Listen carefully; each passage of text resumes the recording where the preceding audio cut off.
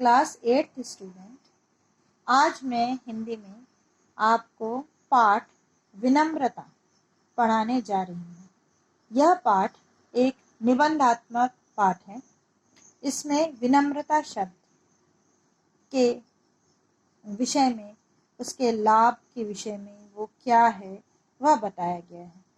यह इस पाठ का पाठन कार्य आप स्वयं करेंगे।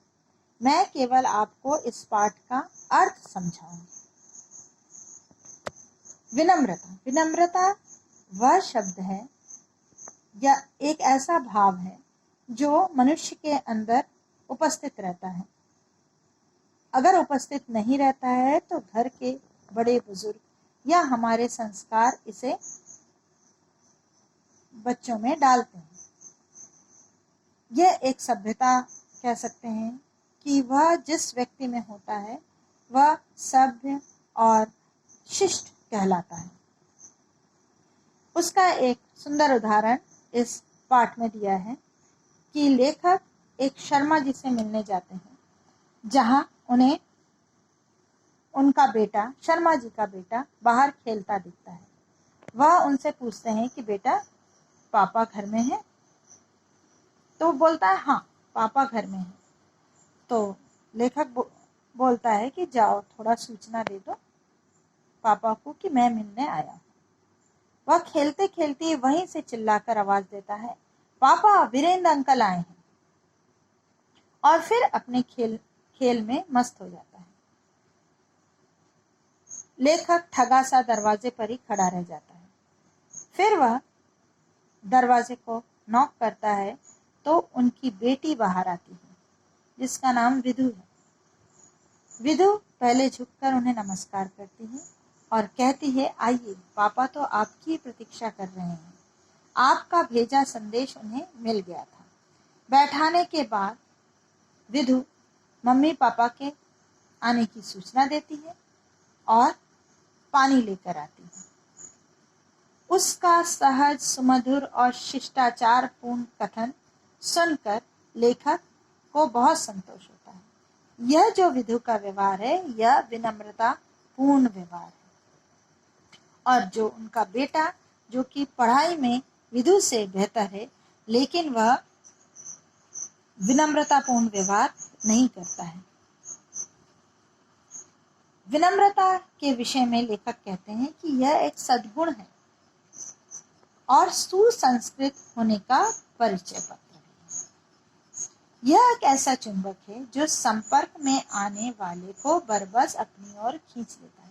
जो भी विनम्र व्यक्ति होता है वह स्वभाव से, उसकी विनम्रता सामने वाले को प्रभावित करती है। और एक चीज है कि विनम्रता मीन्स पोलाइटनेस, लेकिन वह पोलाइटनेस ऐसा ना हो कि वह दीनहीन दिखे। दीनता विनम्रता नहीं होती है। विनम्र व्यक्ति में एक आत्मसम्मान होता है। वह केवल अपने स्वभाव से विनम्र होता है। विनम्र बनकर वह सामने वाले से गिड़गिड़ाता नहीं है। दीन याचक होता है, जबकि विनम्र दाता। वह प्यार बांटता है, जुड़ाव पैदा करता है और मेल मिलाप की पृष्ठभूमि तैयार करता है। विनम्र व्यक्ति मिलजुल कर रहता है। वह एक दूसरे के प्रति, अपने मित्र मंडली हो या किसी अनजान व्यक्ति से भी एक सामंजस्य बैठाता है, मतलब तालमेल बैठाकर बात करता है। लेकिन वह अपना आत्मसम्मान नहीं खोता। प्रश्न उठता है कि विनीत व्यक्ति को पहचाने कैसे? एक व्यक्ति विनम्र है कि नहीं या विनीत व्यक्ति है कि नहीं, वह कैसे पहचाने? इसके कुछ लेखक ने उदाहरण दिए हैं कि एक अनजान व्यक्ति जब किसी विनम्र व्यक्ति के दरवाजे पर आता है तो वह मुस्कुराकर उसका स्वागत करता है। उसका यथोचित मीन्स न ज्यादा न कम, उसका सत्कार भी करता है, पानी देकर, चाय देकर। फिर बड़ों के आसन ग्रहण करने पर ही बैठता है। कोई बड़ा अगर खड़ा है तो विनम्र व्यक्ति बैठा नहीं रहता है, पहले उनको बैठाता है, फिर स्वयं बैठता है। ये आदत आपको बस वगैरह में या ट्रेन वगैरह में देखने को मिलेगी कि कोई अगर वृद्ध व्यक्ति खड़ा है तो उन्हीं में से, बीच में से कोई एक व्यक्ति खड़ा होकर पहले उसे बैठाता है और फिर वो उस जगह पर खड़ा होकर सफर तय करता है। यह उसकी विनीत व्यक्ति की पहचान है। यह सही है कि विनम्रता जब वाणी और व्यवहार में घुली मिली होगी तभी प्रभाव पैदा करने में सक्षम बनेगी। वह अंदरूनी स्वभाव है। वह वाणी और व्यवहार में दोनों ही सेम होता है, तभी वह प्रभाव पैदा करता है। विनम्रता आदर प्रकट करने में चूक न हो, यह सावधानी उसे अवश्य रखनी होगी। बड़ों के बुलाने पर अगर कोई बड़ा आपको आवाज दे रहा है तो हाँ अच्छा या जवाब न देकर अपने काम में व्यस्त रहना विनम्रता नहीं है। जी हाँ, जी आया, इस प्रकार का जवाब एक विनम्रता को स्पष्ट करता है या प्रभावशाली बनाता है। किसी की बात का उत्तर ऐसे नहीं देना चाहिए या सुनने वाले की भावना को ठेस पहुंचे। ऐसे बात नहीं करते हैं या कोई किसी भी प्रश्न का उत्तर ऐसे नहीं देते हैं, टॉन्ट नहीं करते हैं। विनम्र व्यक्ति कभी टॉन्ट वे में बात नहीं करता है।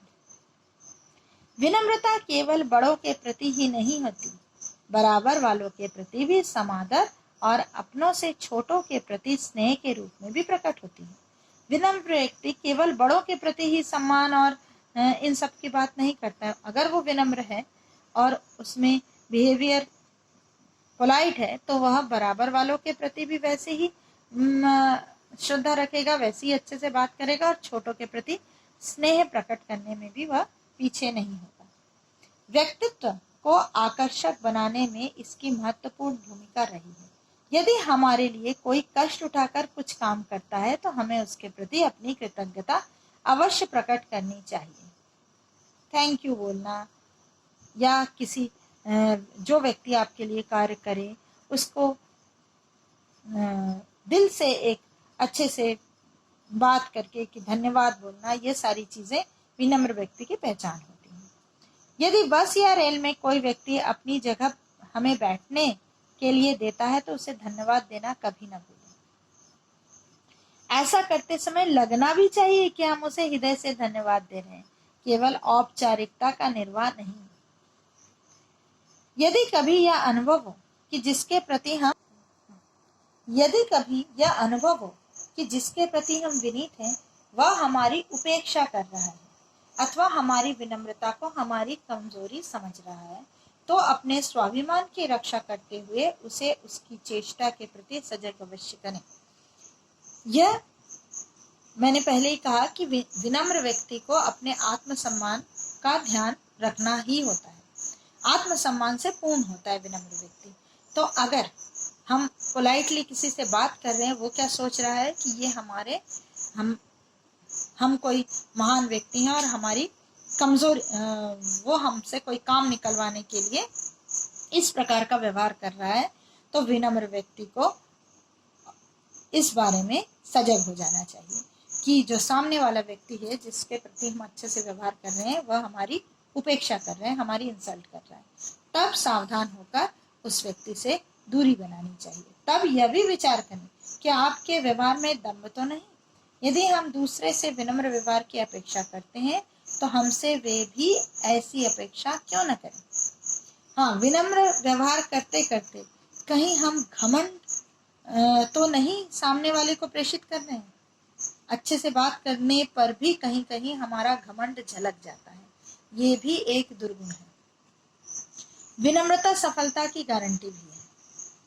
विनम्र कारोबारी का व्यवसाय हमेशा फलता फूलता है। आपने देखा होगा कि दुकानदार हमेशा अच्छे से बात करता है। जो दुकानदार अच्छे से बात करता है हम उसी दुकान में जाना पसंद करते हैं। नदियों से कितना भी पानी समुद्र में क्यों ना आ जाए, लेकिन समुद्र में बाढ़ आते देखी है कभी? नदियां पानी के साथ साथ जीव जंतु, पत्थर तथा अनेक भारी और मजबूत चीजें भी बहा कर ले आती हैं, पर समुद्र अपनी सीमा में रहकर भी उन सबको अपने में समा लेता है। यह सागर की अपना विनम्र अनुशासन ही तो है। यहाँ पर लेखक समुद्र को एक विनम्र स्वभाव का मानते हैं। ऐसे जैसे नदियां, ढेर सारी नदियां, समुद्र में ढेर सारे जीव जंतु पत्थर अपने साथ बहा बहा कर समुद्र में डालती हैं, लेकिन समुद्र ना गुस्से से उफनता है, कभी बाढ़ नहीं आती समुद्र में, इसीलिए क्योंकि वह विनम्र है। वह सारी नदी के अत्याचार को झेल लेता है और बड़े प्यार से उस नदी के पानी और साथ में जीव जंतु पत्थर को भी अपने में समा लेता है। और पानी, पानी तो जीवन है। समस्त प्रकृति जल में ही पोषित और पल्लवित होती है। तृण लताएं, नन्हे पौधे से लेकर बड़े बड़े वृक्ष होता है, लेकिन पानी जब वेगवती नदी के रूप में तटबंधों को तोड़कर बाढ़ का रूप धारण कर लेता है, तब उसके सामने जो पेड़ तने रहते हैं वे बह जाते हैं। पानी के लिए लेखक कहते हैं कि पानी तो जीवन देता है, लेकिन जब बाढ़ आती है तब जो पेड़ सीधे खड़े रहते हैं, घमंडी होते हैं, सोच लो, और वह पहले गिर जाते हैं, लेकिन झुका हुआ पेड़ जो कि सॉफ्ट है, विनम्र है, वह नहीं गिरता। इसीलिए विनम्रता जीवंतता का पोषक है, तो अहंकार विनाश का।